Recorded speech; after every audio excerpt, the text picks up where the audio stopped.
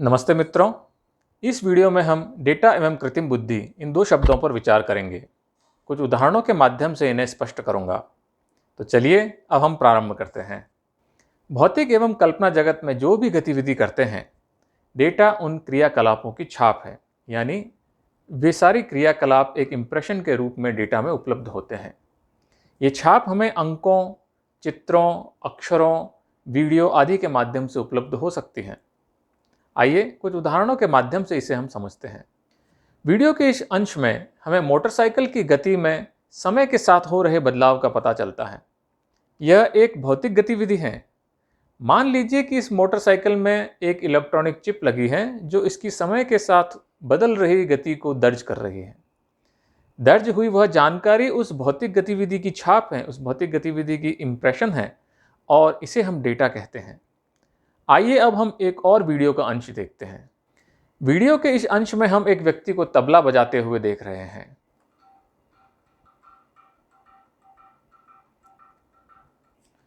तालबद्ध आवाज, उंगलियों का संचालन, ये सभी भौतिक गतिविधियां हैं।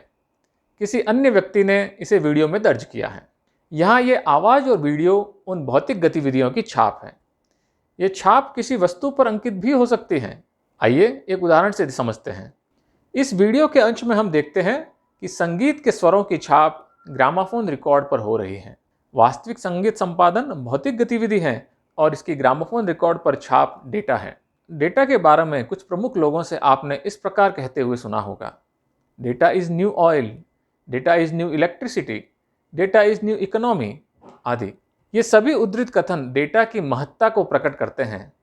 परंतु जब हम ऐसा कहते हैं कि भौतिक एवं कल्पना जगत की जो गतिविधियां हम करते हैं, डेटा उन क्रियाकलापों की छाप है, तब हमें डेटा का वास्तविक स्वरूप ज्ञात होता है।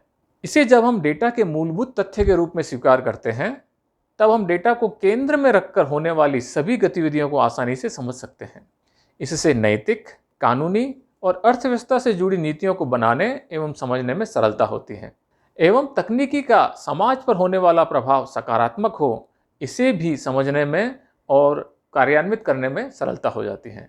आइए अब हम देखते हैं कि कैसे कृत्रिम बुद्धि को समझने में ये सहायक होती है। यदि हम ध्यान से देखें तो ज्ञात होता है कि भौतिक एवं कल्पना जगत की गतिविधियों में विन्यास एवं संरचनाएं सन्निहित होती हैं। अतः डेटा में भी ये सन्निहित पाई जाती हैं। आइए इसे कुछ उदाहरणों के द्वारा समझते हैं। जब हम दौड़ते हैं अथवा चलते हैं, तब हमारे हाथ और पांव एक नियमित विन्यास में हिलते हैं। यह एक लयबद्ध विन्यास है। एक और उदाहरण से समझते हैं। शरीर एवं मन की अलग अलग अवस्थाओं में हृदय की धड़कन के अलग अलग विन्यास प्राप्त होते हैं। हृदय की धड़कनें एक भौतिक क्रिया है और तरंगों के रूप में इसकी छाप डेटा है। आइए अब शेयर बाजार में खरीदने एवं बेचने की क्रिया से उत्पन्न होने वाले विन्यासों को देखते हैं।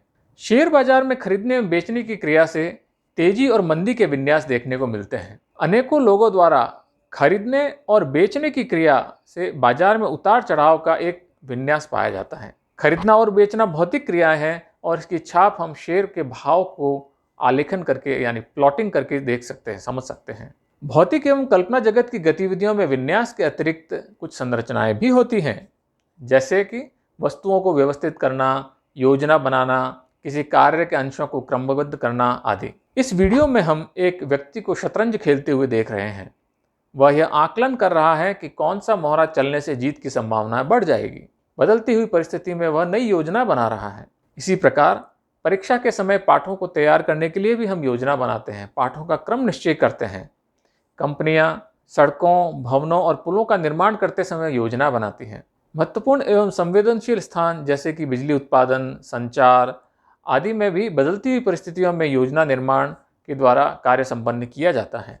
इस प्रकार के स्वायत्त रोबोट दूरवर्ती ग्रह पर बदलती हुई परिस्थितियों में योजना बनाकर समयबद्ध रूप से परीक्षणों को कर सकते हैं। आइए अब हम जानते हैं कि कृत्रिम बुद्धि किसे कहते हैं। गतिविधियों में छिपे विन्यासों एवं संरचनाओं को खोजने के लिए हम बुद्धि का प्रयोग करते हैं।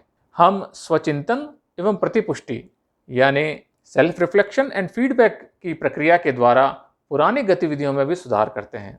इन सभी कार्यों में हम बुद्धि का उपयोग करते हैं। इस वीडियो के अंश में एक व्यक्ति स्वचिंतन कर रहा है। स्वचिंतन की प्रक्रिया के द्वारा भूतकाल की गतिविधियों में छिपे विन्यासों एवं संरचनाओं को ध्यान में लाकर भविष्य की गतिविधियों में सुधार का प्रयास किया जाता है।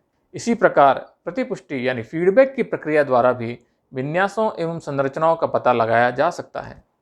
सामान्यतः यह फीडबैक मैकेनिज्म सर्वे के उत्तर के रूप में प्रश्नोत्तर की प्रक्रिया, पुस्तकों, सलाह और हमारे आसपास की प्रकृति से प्राप्त अनुभवों से होता है।